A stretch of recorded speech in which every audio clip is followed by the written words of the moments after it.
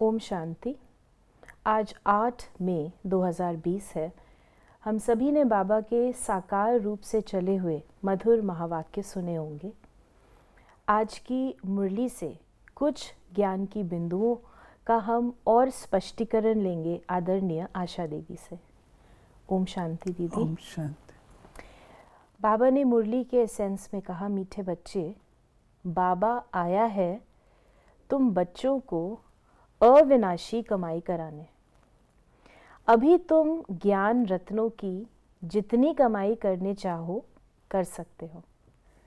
अविनाशी कमाई को और स्पष्ट करें। संगम युग है एक ऐसा युग जबकि हमको इस बात की समझ मिलती है। सतयुग त्रेता में हम कमाई कुछ अपनी करते हैं, जो हमने संगम पर किया उसको ही हम स्वीकार करते हैं। द्वापर युग से थोड़ा बहुत करना शुरू करते हैं, जिसका जितना करते हैं उसका अगले जन्म में मिल जाता है, उसका फिनिश हो जाता है। तो बाबा हम बच्चों को समझाते हैं कि बच्चे तुमको केवल और केवल संगम युग पर कमाई करनी है, अन्य कोई युग में होती ही नहीं है। तो यहाँ पर जो कमाई है, अविनाशी पिता है, तो अविनाशी पिता कौन सी कमाई सिखाएगा? अविनाशी सिखाएगा। तो अविनाशी पिता ने हम बच्चों को जो अविनाशी कमाई सिखाई है वो एक है याद के आधार से आत्मा का सतो प्रधान बनना। दूसरा है श्रेष्ठ कर्म करना, जो अभी हम श्रेष्ठ कर्म करके अपने आप को क्वालिफाई करते हैं ताकि हम उस श्रेष्ठ कमाई को यूज़ करने योग्य बने। तीसरा है जो सेवा करके हम अनेक आत्माओं की सेवा करके कमाई करते हैं। तो ये तीन बातों से हमारी अविनाशी कमाई जमा होती है, जिसका नाश नहीं होता, जो हमारे साथ चलती है, एक जन्म के साथ फिनिश नहीं होती, परंतु संस्कारों में आ जाती है और वो फिर हमारी लगभग, मुझसे पूछो तो मैं कहूँगी पूरा कल्प चलती है। इस समय के आधार से हम अपने सारे कल्प के पाठ की संरचना कर लेते हैं, इसलिए इसको अविनाशी कमाई कहा।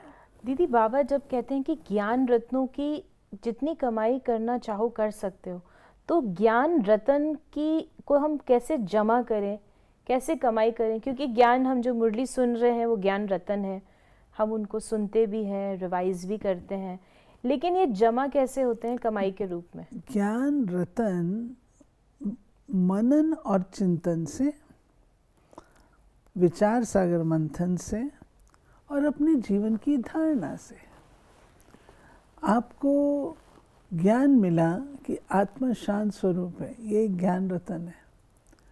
देह अभिमान में नुकसान है, ये ज्ञान रतन है। अब इसको प्रैक्टिकली जब हम अपने लाइफ में अप्लाई करते हैं तो लगता है कि जो कमाया मैंने वो मैंने दिखाया, उसको यूज़ भी किया।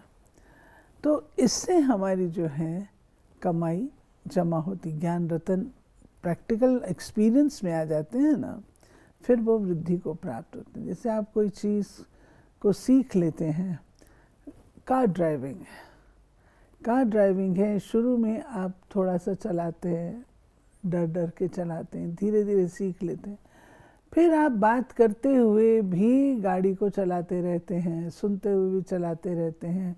कई बार फन में आप दोनों हाथ छोड़ करके भी स्टीयरिंग गाड़ी चला रहे हैं, तो ज़्यादा नहीं लेकिन चलाने की कोशिश करते हैं, यू एंजॉय। ऐसे ही हम लोग ज्ञान रत्न जो हैं जीवन में जब अपनाते हैं, धारणा में आते हैं, हम उनको यूज़ करते हैं, तो उनको यूज़ करना हमें आ जाता है, भिन्न भिन्न रीत से हम उसको यूज़ करते हैं। उसको बाबा कहते हैं जमा करना। यानी जो कुछ हम सुनते हैं, अब जब तक हमने उसे अप्लाई नहीं किया लाइफ में, यूज़ नहीं किया, तो यानी वो जमा भी नहीं होगा। ऊपर से आएगा, ऊपर से जाएगा। आसुरी संस्कारों को बदलकर दैवी संस्कार बनाने के लिए कौन सा विशेष पुरुषार्थ चाहिए बाबा ने कहा संस्कारों को बदलने के लिए जितना हो सके देही अभिमानी रहने का अभ्यास करो। बाप आसुरी संस्कारों को दैवी संस्कार बनाने के लिए आए हैं। पुरुषार्थ करो, पहले मैं देही आत्मा हूँ, पीछे ये शरीर है। तो आसुरी संस्कार जिसमें आप जो काम क्रोध लोभ मोह अभिमान है, यही आसुरी संस्कार है। यही है मोटे रूप में, तो ये है। और इससे जनित फिर और है लड़ाई झगड़ा, टकराव, झुकाव, दबाव, अधीरता, जो भी कुछ है, और रिटेलिएशन, बदला लेने की भावना, ईर्ष्या, द्वेष, ये सब उसमें आ जाते हैं आसुरी संस्कारों में। जो बातें देवताओं की नहीं होनी चाहिए, अगर उस मर्यादा के बाहर की हैं तो सब आसुरी है। यानी बाबा कहते देही अभिमानी बनना, आत्म यानी सोल कॉन्शियस जब हम होते हैं, आत्म स्मृति में जो आत्मा के मूल जो गुण है उनसे जो उत्पत्ति हो रही है वो दैवी संस्कारों की हो रही है, ये हम कह सकते हैं। देखिए, देह अभिमान ये बैकग्राउंड है, फील्ड है जिसमें ये सारी चीज़ें पनपती हैं, बुराइयाँ। और आत्म अभिमानी स्थिति वो बैकग्राउंड और फील्ड है जिसमें हमारे अच्छे संस्कार जो हैं वो जन्मते हैं। ये अगर स्पष्ट होगा, देहभान का दृष्टिकोण, आत्म अभिमानी का दृष्टिकोण, दोनों दृष्टिकोण अलग अलग हैं। आज का गीत है तूने रात गवाई सोकर, दिवस गवाया खाकर। तो बाबा ने कहा ये गीत तो बच्चों ने बहुत बार सुना है। रूहानी बच्चों प्रति रूहानी बाप सावधानी देते रहते हैं कि ये समय खोने का नहीं है, ये समय बहुत भारी कमाई करने का है। कमाई करने के लिए ही, कराने के लिए ही बाप आया हुआ है। और कमाई भी अता है, जिसको जितनी कमाई करनी है उतनी कर सकते हैं। अब एक होता है शरीर से सोना, तो शरीर को रेस्ट कराते हैं तो सोते हैं। अब कोई भी आत्मा इतना तो सोएगी नहीं, लेकिन ये सूक्ष्म सोना है। सूक्ष्म सोना कैसे है? आपको बात सुनाई जा रही है, बताई जा रही है, फिर भी आप उस पर गौर नहीं कर रहे हैं। बाबा आपको पढ़ा रहे हैं तो भी आप नज़रअंदाज कर रहे हैं, इग्नोर कर रहे हैं, अवॉइड कर रहे हैं। ये सब सोना है। तो बाबा कहते हैं ऐसे सो मत, जागृत अवस्था में रहो। जो बात मैं सुनाता हूँ उसको अच्छी तरह से सुनो और धारणा में लाओ। बाबा ने कहा तुम बच्चों की बुद्धि में है, हम पहले आत्मा है, पीछे शरीर है। देह अभिमान में आने से संस्कार आसुरी बन जाते हैं। जैसे लौकिक बाप को भी फादर ही कहा जाता है, बाबा और मम्मा ये दोनों अक्षर बहुत मीठे हैं। हमारा परिवार है ना, परिवार में हम लोग सब आपस में भाई बहन हैं। तो भाई बहन के माता पिता, मम्मा बाबा, परिवार कंप्लीट होता है। अविनाशी ज्ञान रत्नों का खजाना है, बाप है ज्ञान रत्नों का सागर। ये पानी की बात नहीं, ज्ञान रत्नों का भंडारा, उनमें नॉलेज है। नॉलेज पानी को नहीं कहा जाता। फिर बाबा ने कहा वो तो एक रचता ही जानते हैं, झाड़ का बीज रूप भी वही है। सृष्टि के आदि मध्य अंत का नॉलेज उसमें है। यानी ट्री ऑफ ह्यूमैनिटी, झाड़ Yes. मतलब जो कल्प ट्री है, ट्री ऑफ ह्यूमैनिटी है, उसके रूप, बीज रूप है। बाबा ने कहा कि आत्मा जानती है कि, बाबा कहते हैं कि बाप है ज्ञान का सागर, सद्गति दाता। उनको ही पुकारते हैं कि बाबा आकर हमको हमारे दुख हरो, सुख शांति दो। आत्मा जानती है परंतु तमो प्रधान हो गई है, इसलिए फिर से बाप आकर परिचय दे रहे हैं। तो बाबा कहते हैं आत्मा जानती है परंतु तमो प्रधान हो गई, अर्थात कि हमें पता है, नॉलेज, शक्ति नहीं है। नॉलेज है लेकिन शक्ति नहीं है। जैसे मान लीजिए कोई ड्रग एडिक्ट है या स्मोकिंग करता है, वो डॉक्टर के पास जाता है, डॉक्टर उसको कहता है कि आप स्मोक करते हो, इससे ये नुकसान होगा। वो कहता है डॉक्टर मैं जानता हूँ, मैं ये बात जानता हूँ, लेकिन मेरे में शक्ति नहीं है, तब वो बाहर निकल कर कहता है कोई मुझे मदद करे जो मेरी इस आदत को छुड़ा दे।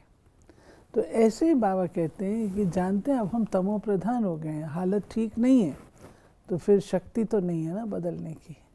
शक्ति तो बाबा ही देगा ना, श्रीमत बाबा देगा, डायरेक्शन बाबा देगा, विधि बाबा सिखाएगा, तो बाबा के पास तो आना पड़ेगा ना। बाबा ने कहा कि तुम जानते हो हमको भगवान पढ़ाते हैं, तो कितना नशा रहना चाहिए, दीदी ये नशा कैसे बना रहे और ये नशा उल्टा नशा न चढ़े, ये भी बताएं। नहीं, उल्टा नशा तो अभिमानवश होता है, अहमवश। लेकिन ये जो खुमारी है, ये जो खुमारी है ईश्वरीय, वो हमारी सदा बनी रहनी चाहिए। बाबा कहते हैं कि देखो किसी को थोड़ी सी कोई चीज़ उपलब्ध हो जाती है तो वो कितना खुशी में नाचता है, और आपको कौन मिला सोचो। जब हम अपनी प्राप्तियों की लिस्ट को सामने लाते हैं, बाबा से हमें क्या क्या प्राप्ति हुई है, उससे हमको नशा चढ़ता है। हम कमियां अपनी देखते हैं तो उदास होते हैं, लेकिन जब हम अपनी विशेषताएं देखते हैं, हमें क्या क्या प्राप्तियां हुई हैं वो देखते हैं, फिर आत्मा को खुशी होती है। वो नशा रहना चाहिए कि हम हैं कौन, किसके बच्चे हैं, हमारा पिता कौन है। जब ये बातें याद रहें तो नशा रहेगा। बाबा ने कहा कि बाप आते हैं गंध से निकालने, मनुष्य दलदल में फंसे हुए हैं, ज्ञान का पता ही नहीं तो क्या करें, दुबन में फंसे पड़े हैं, फिर उनको निकालना ही मुश्किल हो जाता है। निकाल कर आधा पौना तक ले जाओ, फिर भी हाथ छुड़ाए गिर पड़ते हैं। और कई बच्चे औरों को ज्ञान देते देते स्वयं ही माया का थप्पड़ खा लेते हैं, क्योंकि बाप के डायरेक्शन के विरुद्ध कार्य कर लेते हैं। बाप के डायरेक्शन के विरुद्ध कार्य कर लेते हैं, तो कहते हैं दूसरों को ज्ञान देते देते खुद थप्पड़ खा लेते हैं माया का। ये जो दुब्बन है, ये बाबा ने शब्द यूज़ किया, दुब्बन कहते दलदल को। कीचड़ होता है ना, आप देखेंगे अगर उसमें कोई व्यक्ति फंस जाए तो वो डूब जाता है, मर जाएगा, निकल नहीं पाएगा, उसको एयरलिफ्ट करना पड़ता है। अगर वो एयरलिफ्ट ना हो पाए तो वो वहीं पर ख़त्म हो जाएगा, क्योंकि बाहर निकल इतना कीचड़ होता है। तो बाबा ने कहा कि बच्चे, बाबा तुमको ऊपर चढ़ाता है और तुमको इतनी शक्ति भी देता है। कई बच्चे औरों को भी सिखाते हैं, समझाते हैं, तो करते करते माया अगर खुद अभ्यास नहीं करते हैं, खुद योग नहीं लगाते हैं, खुद धारणा नहीं करते हैं, खुद शिव बाबा से रूहान नहीं करते हैं, तो फिर हाथ छुड़ा करके माया जो उनको पुराने संस्कार खींचती है, बोले बड़ी सूक्ष्म चीज़ होती है, उससे सावधान रहना होता है। माया ऐसे थोड़े मोटे रूप में आ जाएगी, अचानक आ जाएगी, कुछ तो उसको मिलेगा तब तो आएगी ना। वो गेट कौन सा है? अब महिमा का। जब आप दूसरों को ज्ञान सुनाते हैं, उनको सुकून मिलता है, वे आपकी महिमा गाते हैं, आपके अंदर सूक्ष्म अहम आता है, वाह मैं इतना अच्छा सुना सकती हूँ। ये सूक्ष्म अहम कभी कभी बाबा का भी तिरस्कार कर देता है। बाबा की मुरली को वो महत्व देना हम बंद कर देते हैं। खुद का भोजन नहीं जा रहा, आत्मा शक्तिहीन है, तो ज़रूर माया आएगी ना, खींच के ले जाएगी। इसलिए बाबा कहता है, बच्चे जब तुम ज्ञान सुनाते हो तो शिव बाबा की याद में रह करके सुनाओ। कोई आत्मा का आपकी तरफ ध्यान नहीं जाना चाहिए, जिसको आप सुना रहे हो उसका ध्यान बाबा की तरफ लेके जाओ। बाबा से वो जुड़ेगा तो, और आपको महिमा मिले ना, उसको ट्रांसफ़र कर दो, क्योंकि जो ज्ञान आपने सुना है वो आपका नहीं है, वो ज्ञान बाबा का है। तो बाबा का ज्ञान, बाबा को वो महिमा ट्रांसफ़र होनी चाहिए ना, मैं क्यों लूँ? अगर मैं झूठी चीज़ स्वीकार कर लूँगी तो मुझे हानि तो होगी ना। तो ये बात हमें ध्यान पर रखनी है, क्योंकि बाबा कहते हैं फिर माया का थप्पड़ खा लेते हैं। बाबा ने कहा कि अभी तुम युद्ध के मैदान पर हो, वो है बाहुबल से लड़ने वाली हिंसक सेनाएं, तुम हो अहिंसक, तुम राज्य लेते हो अहिंसा से। हिंसा दो प्रकार की होती है, एक है काम कटारी चलाना और दूसरी हिंसा है किसी को मारना पीटना। तुम अभी डबल अहिंसक बनते हो। यानी हम लोग डबल अहिंसक बनते हैं, अर्थात वो भी काम कटारी भी नहीं चलाते हैं, दूसरों को मारपीट भी नहीं करते हैं। तीसरा इसमें और एक चीज़ हम जो ऐड कर सकते हैं, जो बाबा बताते हैं, वो है अगर हम किसी को वाणी के द्वारा दुख देते हैं तो ये भी तो हिंसा है। चौथा, आजकल हम वाइब्रेशन के द्वारा भी तो दे देते हैं। आप किसी व्यक्ति को लाइक नहीं करते हैं, जब व्यक्ति आता है तो आपकी वाइब्रेशन ऐसी एमिट होती हैं जो कि वो व्यक्ति महसूस करता है कि इनको मेरा आना अच्छा नहीं लगा, तो ये क्या हुआ, हमने उसको दुख दिया तो हिंसा हुई ना। तो ज्यों-ज्यों समय आगे बढ़ता जा रहा है, त्यों-त्यों मशीनरी बहुत सूक्ष्म होती जा रही है, तो हमको इन बातों पर ध्यान देना भी बहुत ज़रूरी होता जा रहा है। बाबा ने कहा शास्त्र मनुष्यों ने ही बनाए हैं, मनुष्य ही पढ़ते हैं। देवताओं को तो कोई शास्त्र पढ़ने की दरकार नहीं है, वहाँ कोई शास्त्र नहीं है। ज्ञान भक्ति पीछे है, वैराग्य किसका वैराग्य? भक्ति का, पुरानी दुनिया का वैराग्य, पुराने शरीर का वैराग्य। बाबा ने कहा ज्ञान है, फिर भक्ति है, फिर वैराग्य है।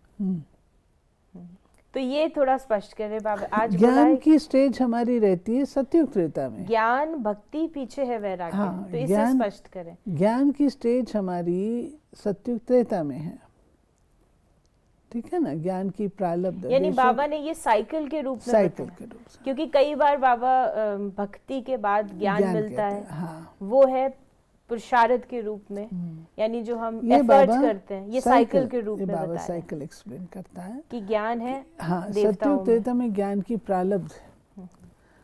फिर आ जाता है द्वापर जिसमें भक्ति है। भक्ति से भी हमको वैराग आ जाता है, तब परमात्मा आता है। और पीछे वैराग्य है, तो बाबा ने ये भी बताया कि भक्ति का वैराग्य, क्योंकि बाबा ने उससे पहले कहा कि जो शास्त्र आदि बने हैं, भक्ति की जो सामग्री है, वो तो देवता तो शास्त्र पढ़ते नहीं, मनुष्य शास्त्र बनाते हैं। और फिर बाबा ने कहा कि मैं अभी भाग्यशाली रथ में ही प्रवेश करता हूँ जिसको तुम बच्चों ने पहचाना है। तुम्हारा भी छोटा झाड़ है, झाड़ को तूफान भी लगते हैं, पत्ते झड़ते रहते हैं, ढेर फूल निकलते हैं, फिर तूफान लगने से गिर पड़ते हैं।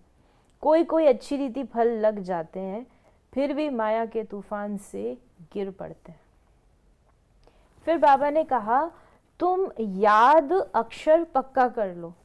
वो लोग योग योग अक्षर कहते रहते हैं, तुम्हारी है याद। चलते फिरते बाप को याद करते हो, इसको योग नहीं कहेंगे। योग अक्षर सन्यासियों का नामी ग्रामी है। बाबा याद की स्टेज बता रहे हैं। एक होती है साधारण याद और एक होती है विशेष रूप से फोकस्ड माइंड से याद करना। अब मैं बाबा के हाथ की कठपुतली हूँ, सारा दिन मैं अपनी सेवा कर रही हूँ, लेकिन बाबा मुझे याद है, बाबा मुझे चला रहा है। ये है कॉमन रीत से याद।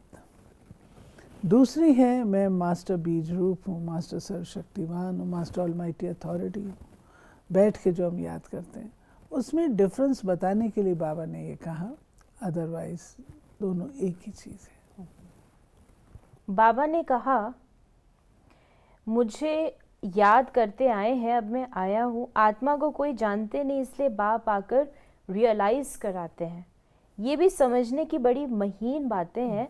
आत्मा अति सूक्ष्म और अविनाशी है, न आत्मा विनाश होने वाली है, न उनका पाठ विनाश हो सकता है। तो आत्मा तो विनाश नहीं हो सकती, ये तो क्लियर है।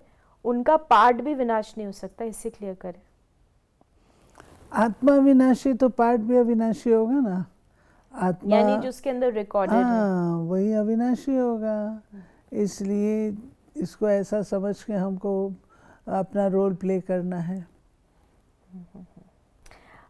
इसमें पुनः एक बार आपसे पूछते हैं, पहले भी पूछा है कि जो हमारे संस्कार चले जाते हैं, भस्म हो जाते हैं, तो अगर वो भस्म हो गए तो रिकॉर्ड तो ख़त्म हो गया, यानी हम नया रिकॉर्ड भरते हैं। देखिए, ये पक्की बात जान लीजिए, परम धाम में आत्मा मैले वस्त्रों सहित, दाग लगे हुए वस्त्रों सहित नहीं जा सकती। कुछ मर्ज नहीं होता, भस्म कुछ होता मर्ज नहीं, सब भस्म होता है, खत्म होता है। तब तो सजाएं मिलती हैं। सजाएं दे करके भी बाबा पवित्र बना करके ही लेके जाते हैं। बाबा मुरलियों में बार बार कहते हैं कि अगर वैसे पवित्र बनोगे, नहीं बनोगे तो सजा खा करके जाना पड़ेगा। तो वहाँ तो पवित्र धाम है, वहाँ हम अपनी मैले संस्कारों सहित रह नहीं सकते हैं, जा ही नहीं सकते हैं। वो क्या होता है, जब आता है सतयुग, तो सतयुग में तो पावरफुल आत्मा है। जो सेकंड बर्थ वाली होंगी वो पहले वाले से तो कम होंगी, थर्ड बर्थ वाली सेकंड से कम होंगी। ऐसे करते करते करते करते त्रेता के अंत तक आत्माएं थोड़ी सी कमज़ोर पड़ जाती हैं।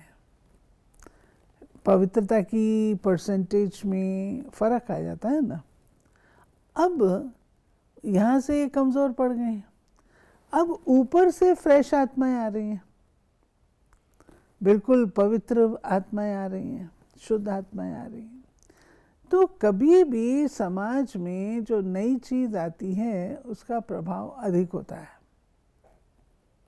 तो उन आत्माओं का प्रभाव अधिक पड़ता है। लेकिन उनमें वो शक्ति तो होती नहीं। जैसे आजकल की आर्टिफिशियल चीज़ें देखने में बहुत अच्छी लगती हैं, लेकिन बहुत जल्दी वो नष्ट भी हो जाती हैं।